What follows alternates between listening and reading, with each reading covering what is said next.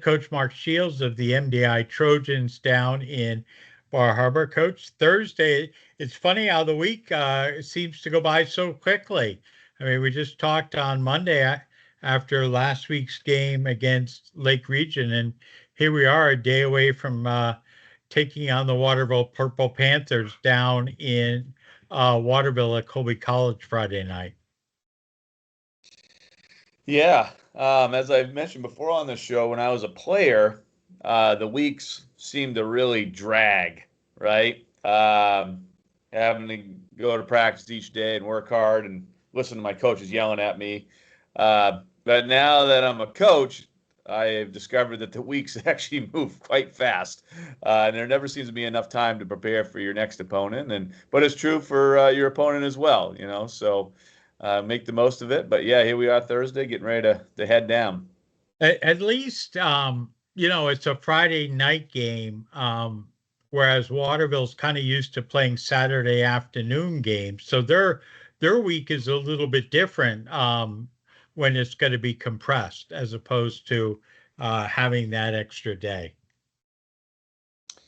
Right. So we're accustomed most of the time to playing the Friday night game. So that's sort of how we structure our week to prepare for that. And you know, I remember talking to Mark Arnold back in the day, and when we were playing Winslow all the time and Oh, Waterville an 11 man, and he brought up a great point. He said, you think about these schools that play on Saturdays throughout a season, they're probably going to pick up an extra 5 or 6 practices that you're not going to get unless you decide you want to practice on Saturday. But yeah, so Waterville is, one of those teams that's accustomed to playing on Saturdays, but their kids play a lot of night games too on the road, so I'm sure it's not going to affect them that much, but the preparation for them will be different. Interesting. The weather looks to be beautiful on Friday night, a little crisp maybe, but playing on turf, um, what does that do for you? I mean, obviously, everybody's going to have sure footing, but do you need extra? I mean, the soccer or the football shoes that everybody's using, they can use the same cleats, or do they have to wear something different at Colby? Yep, so they can use the cleats that they use on the grass, which is good news. You're not allowed to use metal cleats, and you shouldn't be using metal cleats anyway. But yeah, so the turf, it doesn't really change much. It's usually a faster pace game as far as the movement on the field. Uh, you know, we played we played down to Morse. They had turf last year, the last couple of years. I guess no, 2 years ago we played them twice down there, and it's kind of a different feel for sure. But I think the kids overall like playing on turf, and you're right, it definitely shores up the footing overall. That's why a lot of the championship games are played on turf late in the season, because at that point a lot of the fields are in rough shape. So Right. You're coming in at 101, Waterville 0-2, but they've had really tough opponents. What with Camden Hills, and I wrote about it, but I can't remember who they played last week. But and they were shut out last week, so they're itching to score. And I mean, they scored 32 points against Camden Hills the first week of the season. right, so we've been talking a lot to the kids about, don't look at records. And, you'd be surprised how kids don't really, they're high school kids, so they don't get too caught up in that, which is good. Right, so they play Camden Hills real tough. Camden Hills is, right now the top team in the North. And then they took on Spruce Mountain, who plays Right. down in that Western Conference, that Southern Conference. So, and both teams are really, really good. So, yeah, you look at their record, and it's early on in the season. There are a lot of really good teams that still are 0-2.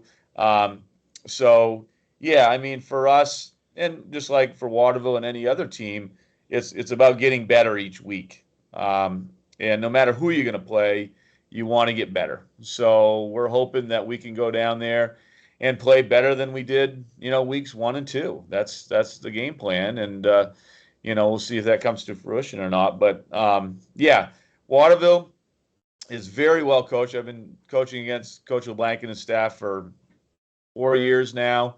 Those guys do a great job down there, and yeah, they're going to be a tough team. They're going to be a tough team. I think we match up pretty similarly. They have some big guys up front. We have some big guys up front. They have some good sized running backs. Same with us. I really think it's going to be a close game, and I think it's going to come down. Could come down to special teams play. Could come down to turnovers for sure. Who's going to protect the ball? Who's not? Um, and then who's going to execute the best, on offense and defense. I think they've got a pretty good quarterback that can air the ball out. Yeah, they do. I've looked at him on tape.